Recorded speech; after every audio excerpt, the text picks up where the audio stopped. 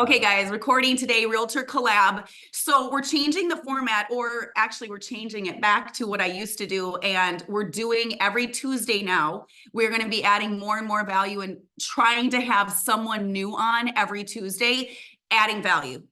So it'll be me and Taya and Shelby alternating every Tuesday. Today I have Jamie on. She's an appraiser. She also does measuring. We've worked with her for years and years. She's very good. So we're going to talk about CMAs. The girls, if we get a list of what the girls are doing, will you let me know?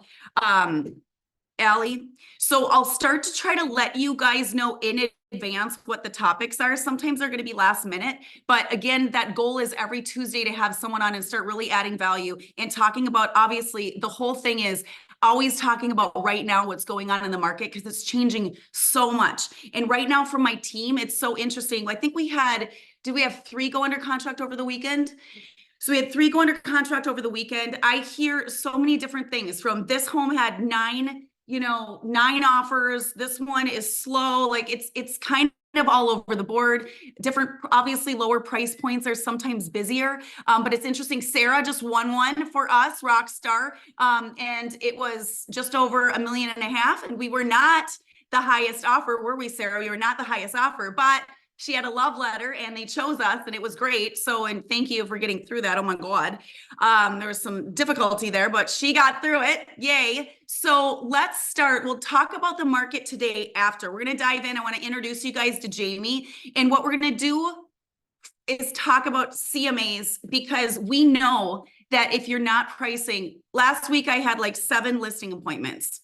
And I'd say the majority of sellers, even though I went in one listing appointment and she's like, no, I really want to price realistic. Like we just want to be real and sell. We don't need. And then her number was 50,000 at least higher. I'd probably even say 75 higher than where she should be at. So how do we have those conversations too with our sellers? Because we really know if you price your homes too high, if you price them too high, or sellers want to price too high, likely you're on the market longer, right? We probably all agree, likely you're on longer and likely you're netting less money in the end. So numbers do not lie. And so that's what I try to tell my people, like, these are the numbers. This is what it's saying. But when you give a CMA, sometimes, guys, it can be hard because the comps that you choose can really tell a story. Some of the comps you choose could look higher, but you got to look for like properties. And sometimes if it's not a Lennar or Washburn plan that you have 90 days, recent comps, you got to really dig and find those comps. So Jamie, let's talk to you and talk to us about comp selection, how you're doing that. So us realtors, guys, can be better about doing CMAs because we really have to, it matters so much. So Jamie, take it away. Hi guys, thanks for having me. The first thing I would kind of start with whenever I look at doing a CMA or from an appraisal standpoint is what's the market done in the last year. So I always look at the city that you're working in, go back 12 months, what's the median sale price? And then go back 12 more months and compare those two. Are they similar? Did they go up? Did they go down? And that's one kind of key indicator that you can tell your clients, like, hey, there's not been a lot of appreciation in this area or this neighborhood, and for whatever reason, but you can back it up with some numbers. And that's one thing that from an appraisal standpoint will be the first thing on the list is market conditions. And you can adjust properties that have sold maybe longer than 90 days, up to 6 months. You can justify by using that market indicator percentage. You can include that, and that's used for valuation. So that's kind of the first thing I look at. Jamie, can I ask you, where are you getting that? I love that you provide that info. I see that you provide that info. Where are you getting that info? So in MLS, if you just put back, should I share my screen? Yep. Okay, let's see if I can make this work. Do I have to give her permission? Okay. It should be at the bottom share screen, or at least it's my bottom. Okay. Can you see my MLS? Yes. Okay. So if you go back here and you go closed, you can either do, if you like to do full calendar years, you can just do like 1/1/2022 to 12/31/2023. That will give you all the sales. If you put in, let's say, Plymouth in your city, and then pull that up, you'll get the statistics. And if you do all single family, let's say you can get more specific with 2 stories. And you go to results. Down here on stats, if you click on tabular, it'll give you the whole breakdown of what pricing categories. Scroll down to the bottom and you'll get the total. So the median close price for Plymouth in 2023 was $715. So I use that, and then you can compare it to what the list price was. So that's how you can get your percentage of what last year properties were selling for over list, how long they were on the market, that whole thing. Then I would go back and I would do it for the year prior. So I would take 21. Did I do 2 years there? I don't know, but I think this is brilliant, by the way, and it's not something that we are typically adding to our CMAs. And I think this is brilliant. I love that you're going back a year, but Yeah. what we know right now is like we really need the last 3 months of data, because a year ago was totally right. Like the market is so different. So I love that you're doing this and able to show it. Keep even going, Jamie. But like, I'm curious about the last 3 months, because this is what's gone on in 3 months, right? You can do that. However, then you're dealing with some of the seasonal fluctuations in the market. If you take an entire calendar year, then you're comparing apples to apples. If you take the last 3 months and you want to compare it to the same 3 months the year before, you would just use those date parameters. So if you went, if you're going from October to December of 23, then you would want to go October to December of 2022. Does that make sense? Yes. And then you would get, what was the market like a year ago? And that's it's just a comparison. So, like I said, we just use a broader, like from an appraisal standpoint, just to get that whole year and capture all of those, seasonal fluctuations in there.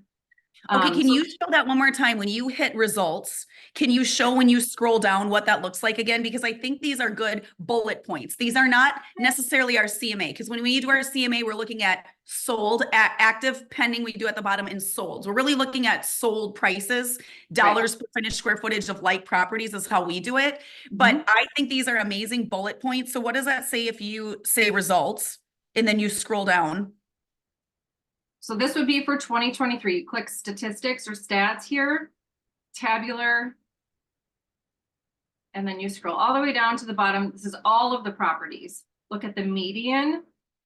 The average is always higher because it includes those outliers. A median is a little bit better indicator, throwing out those like high ones or the low ones. So that's a good number to use, is that median number. So that was, and it doesn't have average days on the market there, even though we can get that from MAR. Yep. So I would use 16. That's taking the median or average, either one, whatever number you prefer to use. That's kind of where those numbers are coming from. So you can use that as kind of an indicator of what's changed. Again, you do whatever parameters you want to, and use those numbers to fit the needs that you guys have for your CMAs. But that's the first thing I look at. Perfect. And then getting into comp selection, putting in the city and the school district, and starting pretty narrow, making sure that you have the exact style. Like again, from an appraisal standpoint, if you're appraising a 2-story home, you're not going to include any ramblers because they're just very different and it's a totally different market. Buyers are not going to look at them as a substitution. So you want to make sure that you have the same styles. And I always do all single family just because sometimes the townhomes and condos will get thrown in there. And it just kind of skews your numbers if you're looking at it from that standpoint. So starting out pretty specific in the school district, in the city. And even further, if you do a map search, you can find a specific neighborhood and, draw the box around what your neighborhood is. And if you don't have a specific neighborhood, if you're a little more rural, at least you can use some like natural boundaries like lakes or, major thoroughfares, that kind of thing, to kind of define your neighborhood. And then you can select from there. So making sure Jamie, that I think that can be important. And sometimes so like right now, we just priced one like in a Lennar community. We want to use Lennar, DR Horton, Pulte Homes. We don't want to use Hanson, Stonegate. We don't want to use higher end builders, right? So Right. if we can, we want to do within a certain neighborhood, but if we're not able to, we have to go a little further out, right? Right. Yep. And Okay. like I said, you can get pretty specific in here, you know, if you have a very defined neighborhood, like the newer developments, you know, in Plymouth and stuff, it's pretty easy to see those neighborhood boundaries. But if you can't, then you can go to the radius, or, you know, making sure that you're still in the same school district, but looking a little bit further out. Okay. So that's kind of comp selection there. And then, you know, But one thing I want to say too is, like, you're doing city and school district. For us, it's really important. Like if I'm selling in Wayzata schools, I'm doing Plymouth Wayzata schools. I'm not looking Maple Grove. I'm not looking Corcoran. I'm not looking Medina. If it's Medina Wayzata schools, I'm also trying to look Medina Wayzata schools too, because it's different comps. So I'm trying to get right. You would say that, Jamie? Yes. Yep. Okay. Yeah. So you want to make sure that, you know, and it depends on, like you said, if you're in a very specific neighborhood that has certain amenities that other neighborhoods around don't have, you'll want to look at that, obviously. But, you know, another thing to think about too is sometimes you have to go outside of that neighborhood if there just are no sales. If there's nothing comparable, if this was the highest price property in that particular development, you might have to go and look at a Hanson neighborhood, but then take into consideration that the upgrades were probably, you know, 50,000 to 150,000, or, you know, different things like that. You kind of have to work your way down and make those adjustments, just because you have to think about it as a substitution. If I can't buy in this neighborhood, where else am I going to look?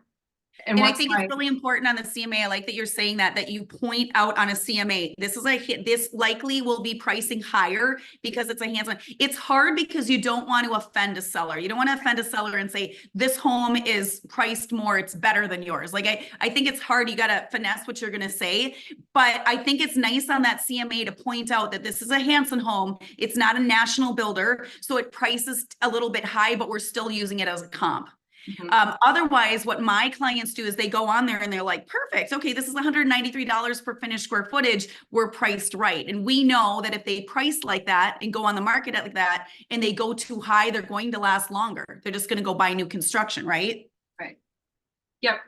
So one thing I've been using is, I'm just going to show real quick what I've used for some CMA stuff. And it kind of lays it out, you know, with some market indicators, and then giving a range of the price per square foot so that your sellers can see, like, here's where the comps landed. If you look at the price per square foot here, and then bringing it down here, you can see, like, I have it in a grid. So it's side by side. This looks very similar to an appraisal, and it will allow you to compare easily, quickly, and you can pick out those items that people are going to obviously pay more for, and what we'll look for in an appraisal as far as like finished square footage. Now that's different in an appraisal. Everything you guys are doing is by total finished square footage. What is the buyer going to be able to use? From an appraisal standpoint, it's always above grade is its own line item, and then below grade is a separate line item. So it's not that it's not included, it's just adjusted for at a different rate. And it kind of goes back to way back in the day when basements weren't used for living area. They were creepy and they were used to, you know, house your mechanicals. They weren't used for kids' bedrooms and rec rooms and simulators and that kind of thing. So that was the— Okay, I think that's really funny, by the way. I don't even use the word basement, by the way. I use lower level now, because that's so funny that you said basements are creepy. I feel like it is a creepy word, and that's why I use lower level now. Yeah. But a couple things on here, and you can see where Jamie has this. What I like about this, so this is how we do it, guys, and this is one way to look at dollars per finished square footage of like properties with 2-level, walkout lower level, 4 bedrooms up, whatever that like property is. And on here, you can see where it says comp. We click through and we have that be a link to properties.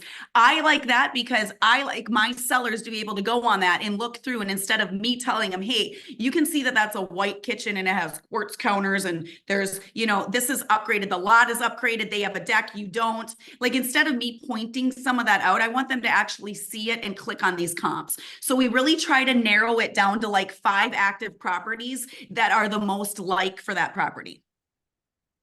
Yep. And then I always like to look at, obviously you have to look at actives and pendings. And Honestly, the last couple of days, it's been a challenge to find some of those that are comparables just because the inventory is so low. But, you know, again, you have to go out kind of outside of the box, then expand your parameters and what would a buyer, you know, look at? If these weren't going to be available, where else are they going to look and what's still in their price range, you know, and that kind of thing. So, and making sure to account for stuff like that. Like you said, like view amenities are adjusted for in appraisals. Views, you know, decks, patios, fireplaces, all those things are accounted for. So, and there is a value. We do a compared sales analysis where you take two sales and you try to find two that are the same style. The only difference is maybe the third car garage. So you find out what that value is. And that's kind of how the appraisal side of things work. And when you do that, then you can kind of come to a value. But you guys have the luxury of meeting with people all the time and just saying, what are you willing to pay for a fourth stall garage or, you know, an extra fireplace? So they'll tell you. From an appraisal standpoint, we have to go off of, you know, actual hard data and what's actually been sold.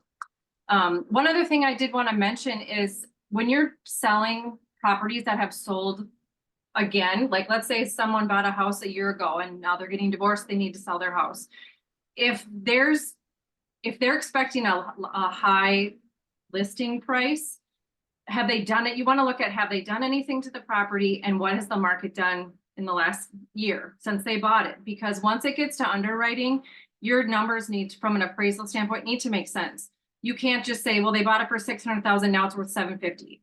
And even though you might have a contract in place, if the appraisal doesn't come back, then you're going to have some issues on that side of things. And that's one of the things underwriters are going to say, does your value make sense from when the last time it sold? Jamie, can I ask you this? We're not seeing currently a lot of low appraisals. We're also not escalating 100,000 higher like we were, you know, a year or two ago. Are you seeing low appraisals? No, but it's always just a factor that you have to consider because it does happen, and appraisals are opinions. They're people's opinions, and you can get a appraiser who doesn't see the market the same way, you know, maybe the rest of the market does. So you just never know, but just to kind of shore those things up so that you don't have any loose ends going, gosh, I hope this appraises, or, you know, and if, like you said, if you're priced right and you've already looked at the comps, you've done most of that work, but just in those, you know, random cases, or when those cases are the buyer or sellers are pushing for more value, it could, you know, always come back. Okay, so I have a question for you, and I'm not sure if you're able to answer it, but your opinion of, okay, so I had one in Shakopee. We had priced it at 480. I had 3 offers. It sold a 25-ish over, and we got an appraisal waiver. This is in a new construction neighborhood. I know it was priced right at 480. It didn't have a bedroom in the lower level compared to, like, I think it had 3 beds. You probably remember this, instead of 4. Yep. And we got an appraisal waiver, and that was awesome because I was a little bit worried about that. So we're still seeing appraisal waivers, but also I just want to ask you, the majority of the time we see these, we see at value, at value, at value. Why do you think we just see, why do you think that is? Like, I hope that keeps happening so we don't have appraisal issues, but why do you think that is? I think when the market when it's corrected itself, you don't see that. But when, you know, a couple of years ago, when the inflation, you know, the appreciation on homes was so great, it wasn't keeping up. The data wasn't keeping up. So sometimes you can run into that, or, you know, sometimes there's just those prices or those properties that are just the best of the neighborhood and they're not, you know, you can't bracket them, that kind of thing. But I think when the market is a normal market or in equilibrium, everything should play out the way that it is, and you shouldn't have appraisal issues. But, you know, in times of, like I said, a huge appreciation and the market's just going nuts, then you'll see that. Okay, got it. Anything else you want to show us on here before you unshare your screen? I don't think so. Okay, go ahead and unshare that. One thing I wanted to mention is, as a realtor and a listing agent, you got to know your market too, because some of these properties just aren't on there. So I'm going to give you an example. I have one right now in Plymouth, Wayzata Schools, that we are pricing the other day. Some of the new construction, Sarah, I was just talking to you about this, 2 minutes down the road, they can build Pulte for under 800, right? Also 2 minutes down the road, they can build Lennar, and they're getting more dirt builds right now. So these are not necessarily, they're not on the MLS. Some of these specs, until they get to drywall, they're not putting them on the MLS. So there's additional properties out there that will be their competition that aren't necessarily on our CMAs because they're not on the MLS. So I just wanted to point that out. Also, I wanted to say, I'm saying this so much to our sellers. A lot of times that list price is not our final price. I want a price right in case we only get one offer, and that's list price. But I know right now with low inventory in certain areas that if I do a good job marketing that home, I'm getting into multiple offers, 2 or 3 maybe, and it drives the price point up. It's usually not 10% like we were seeing before, but it can be. It drives it up. It drives terms up and price up. So that's what I'm seeing. Does anyone have questions for Jamie before we let her off the hook?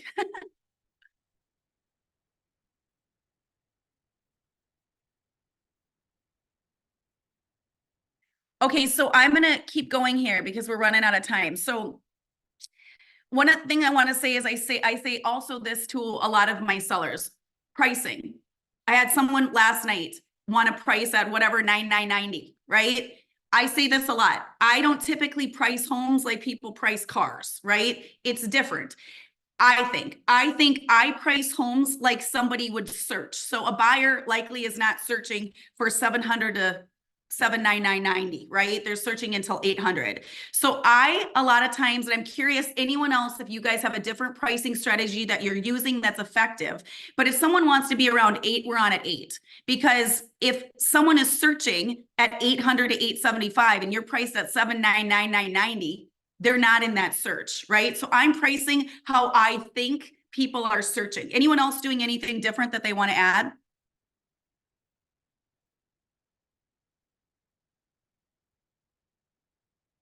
No? I think it can be really hard right now talking to sellers about pricing sometimes because they want to price over. And you got to finesse that and figure out a way to talk to your sellers, because here's the data. For me, I say I commission somebody who's non-biased to do my CMA. So this is non-biased. This is what appraisers are looking at. This is what buyers are looking at. Buyers are not stupid. They know, and I know right down the road here, I sold one recently it was in the 8s, lower 8s. Right on the corner, there's been one for over 130 days. There's absolutely a difference in that. Not all homes are flying off the market. So for some reason, if somebody wants to overprice a bit, I say this a lot too.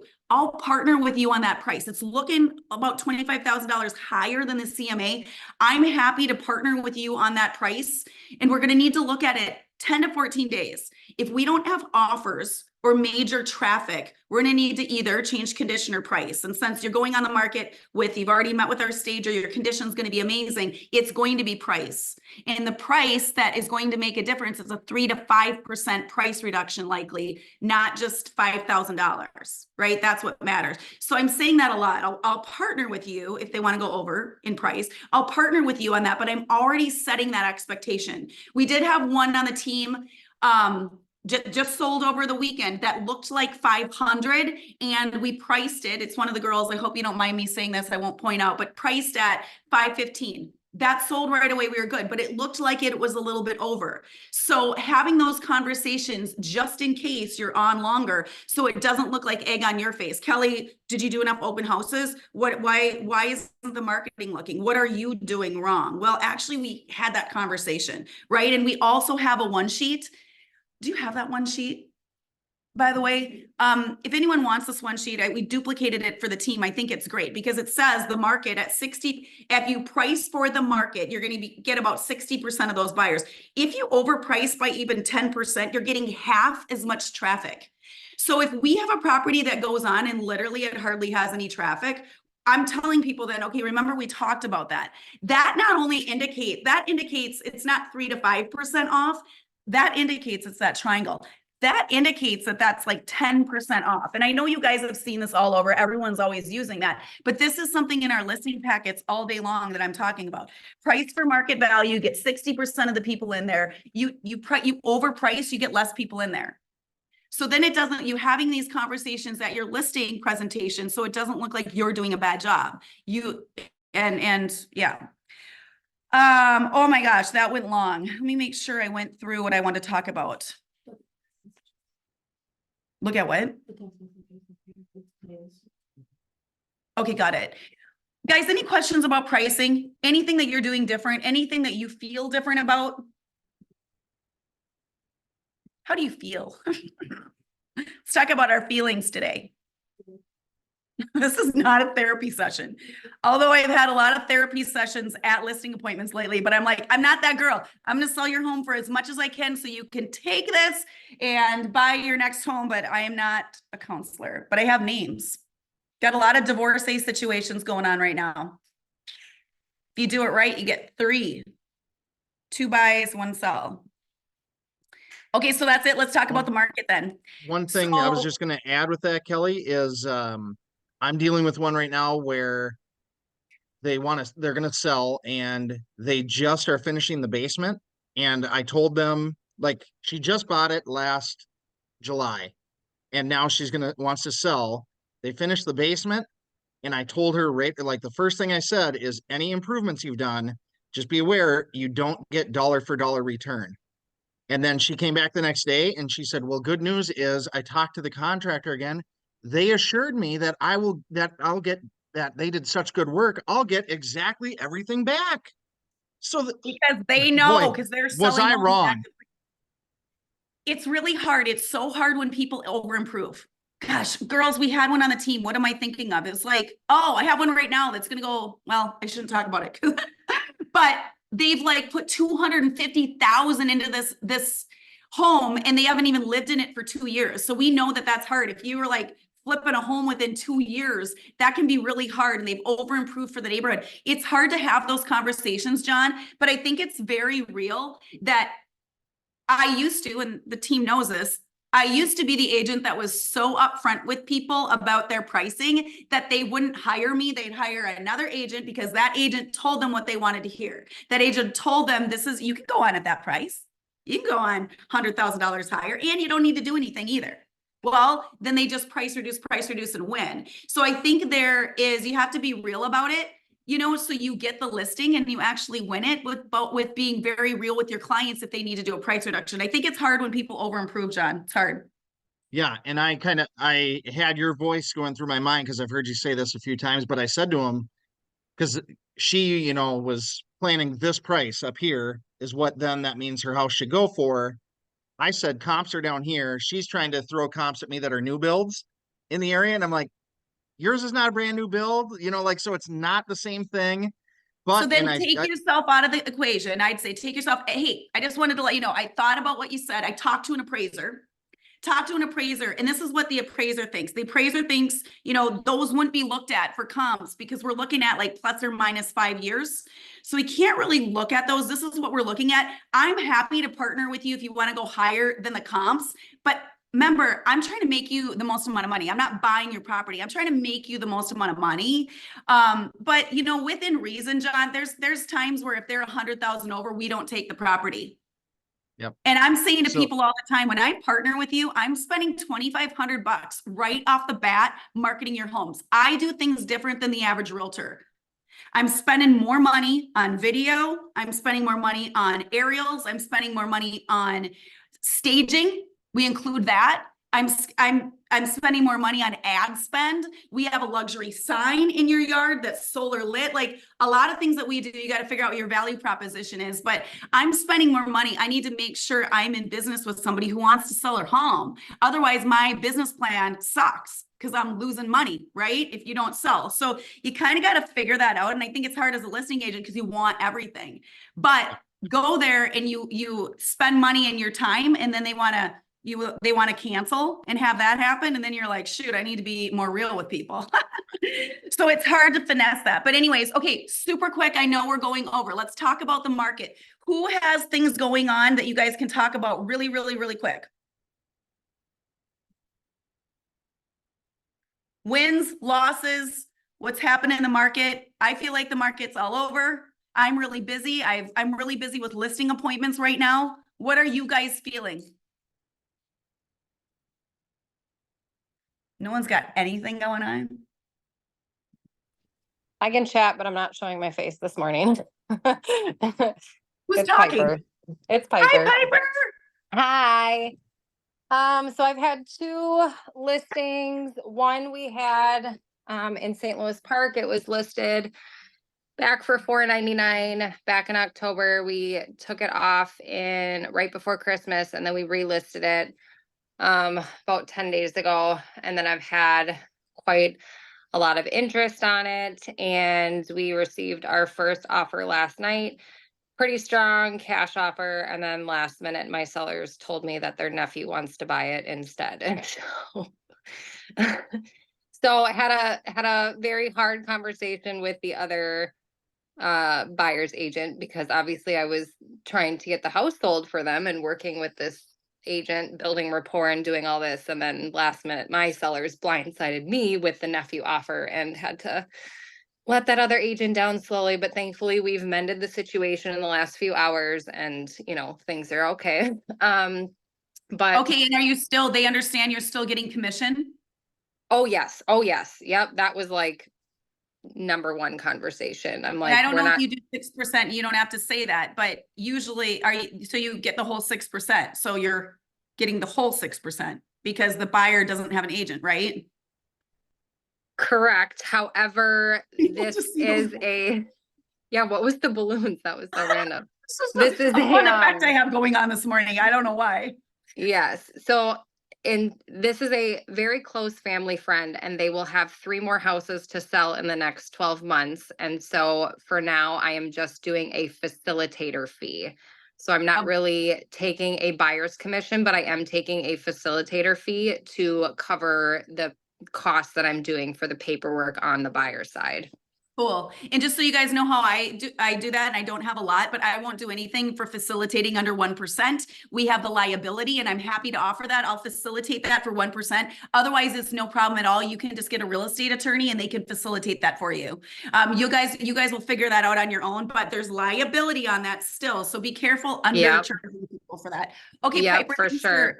Thanks for Yeah, and then I have one more listing in Plymouth where I feel like we've gotten good feedback on it being priced right, and comps hold up. It's the only deficiency of the home is that it is that old classic Rambler. Everything is remodeled, but the ceilings in the basement are pretty low. So I need a short buyer. So if anybody's got buyers 5'8" and under, bring them on in. Yeah, but as long as you price it right in Plymouth, there's not enough inventory. You price it right. Exactly. Yep. And it's Wayzata Schools. It like overlooks Gleason Lake. I mean, it's really cute, and it's under 500,000, and it's a great starter home, especially in that neighborhood. It's just kind of, the ceilings I think are 6.5 feet tall. They are 7, but if we wanted to use it as finished square footage, when we listed it, he had to finish the ceiling. Okay. So someone could take the ceiling down and just do like open rafters, which actually looks really great, but then we wouldn't have been able to come up with the price based on the square footage of that large area. So Okay, cool. we were By just the kind way, of torn. Before we wrap up, if there's any off markets that people want to put in the chat, I'm going to keep this open for a couple minutes after. Put the off markets in the chat. Piper, thank you for that. Anyone else want to pipe in real quick? I can go. You go. Good time. So competed in multiple offers twice this past weekend. Won one, didn't win the other. One was in Circle Pines. They got a total of 5 offers. We didn't win that one. Rowan Hopkins, total of 2 offers. We did get that one. So multiple offers across the entire, where I'm just seeing it everywhere right now, and maybe it has to do with the price points. Those are both under 500. My listing did get an offer and we accepted at list price. So that was great. And then we got them under contract contingent on the sale of their home, but was able to remove that contingency right away, which was great as well. So And I want to say on that, Kate got an offer early on, and it can be, we care on our team about hosting open houses over the weekend, both because, you're entertaining people's clients that are out of town, right? And you can get yourself more into multiple offers. However, when you have an early enough offer like you did, Kate, and it's a good offer, You don't Mhm. want to, in this market right now, even though we're doing some, and it's always the seller's decision. Kate, you and I talked about that. Here are your options. Take this offer now, or we still do our open houses and I try to get you into multiples.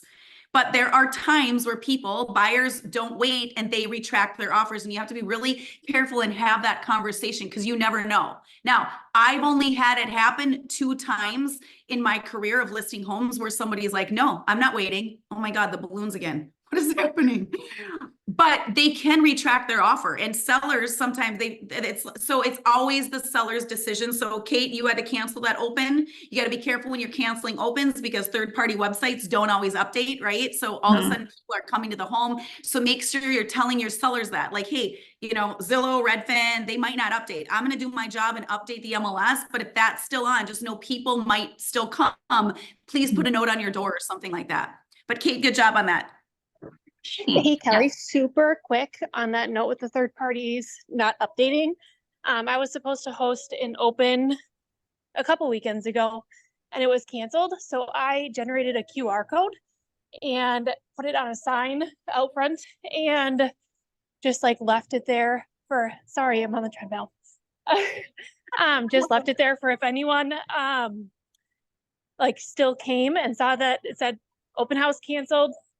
If you want a list of other opens like this home, drop your information here. And it just went to a landing page where I was able to capture their information.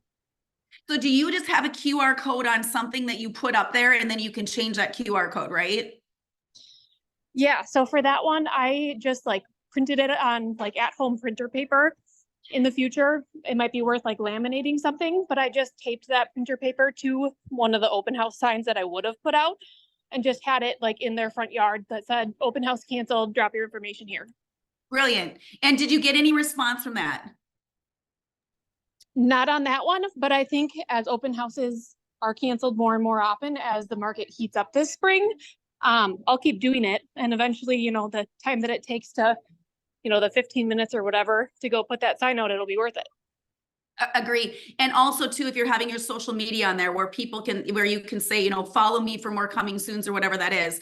However you get people to, when you're doing your extra effort to follow you on social media or whatever that is. Recently, I've had 2 listing appointments that both told me LinkedIn. And I know a lot of you don't use LinkedIn, but I had 2 people that are like, I've been following you on LinkedIn for years. I just had a realtor that's no longer a realtor anymore, meeting him today at 4:30 as a condo to sell in Minneapolis. He said, I've been following you for years. I'm no longer a realtor. I see you on LinkedIn. So however you're doing that, Leslie, obviously you're more on LinkedIn, whatever that demographic is, but giving people a reason to follow you. Okay, that was awesome. Thank you for sharing, guys. I'm going to wrap up. Next week, who's hosting? Is that Taya? It'll be either Taya or Shelby next week. Is it Shelby? Yeah. So stay tuned. We have some good topics coming up. Prospecting within your sphere. Taya is going to do. Rockstar Jen McFadden is going to be on. Taya is going to have her on talking tax strategy. So we have some good stuff coming up. So stay tuned. Thanks for being on, guys. See you later.